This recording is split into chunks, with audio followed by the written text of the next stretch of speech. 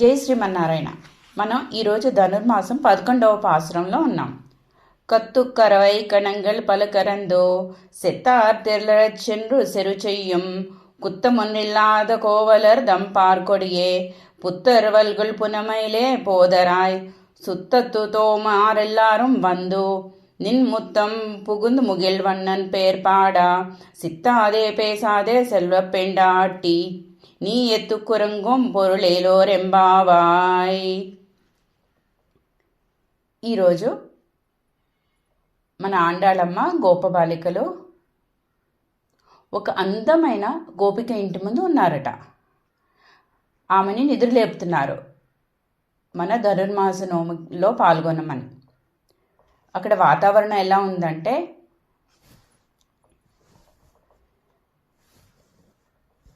చక్కని వయసులో ఉన్న బలమైన పశువులను అనేక పశువులున్న మందలలో ఒక్క గోపకుడే అన్ని ఆవులకి పాలు పితకగల బలం ఉందిట. అంత బలవంతులుట అక్కడున్న గోపకులు. వీరు ఎంత బలవంతులంటే వీరు వెళ్ళి శత్రువుతో యుద్ధం చేస్తే శత్రువు తప్పకుండా ఓడిపోవలసిందే, అంత బలవంతులట. ఇంత సామర్థ్యం ఉన్న ఈ గోప కులంలో పుట్టిన ఒక అందమైన బంగారు తీగట ఈ గోపిక. ఈమె ఎలా నిద్రించుతుందంటే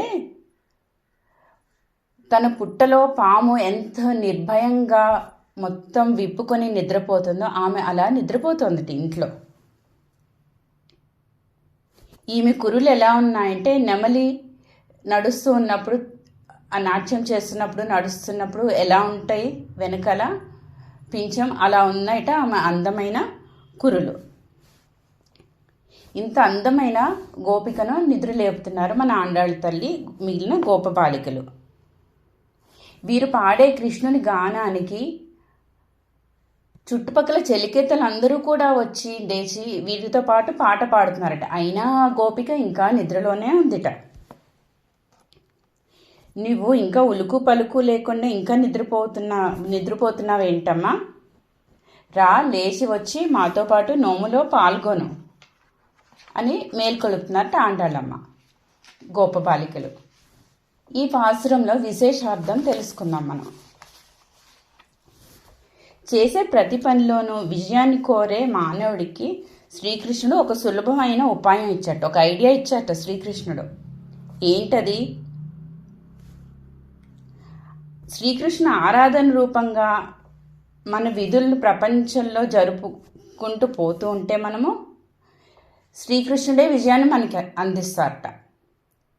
అంటే నాది ఈ పని, నేను చేస్తున్నాను, నా కోసం చేస్తున్నాను, ఈ గెలుపు దీని ఫలితం నాకే రావాలి అనే ఆలోచన లేకుండా అంతా నేను కృష్ణుడి కోసమే చేస్తున్నాను, నేను ఏ పని చేసినా కృష్ణుడి కోసమే చేస్తున్నాను, ఈ ఫలితం కూడా కృష్ణుడిదే, నాదేమీ కాదు, నేను చేస్తున్నదంతా కృష్ణుడి కోసమే అనే ఒక ఆలోచనతో చేసేవారికి కృష్ణుడు ఆటోమేటిక్గా విజయం ఇచ్చేస్తాట.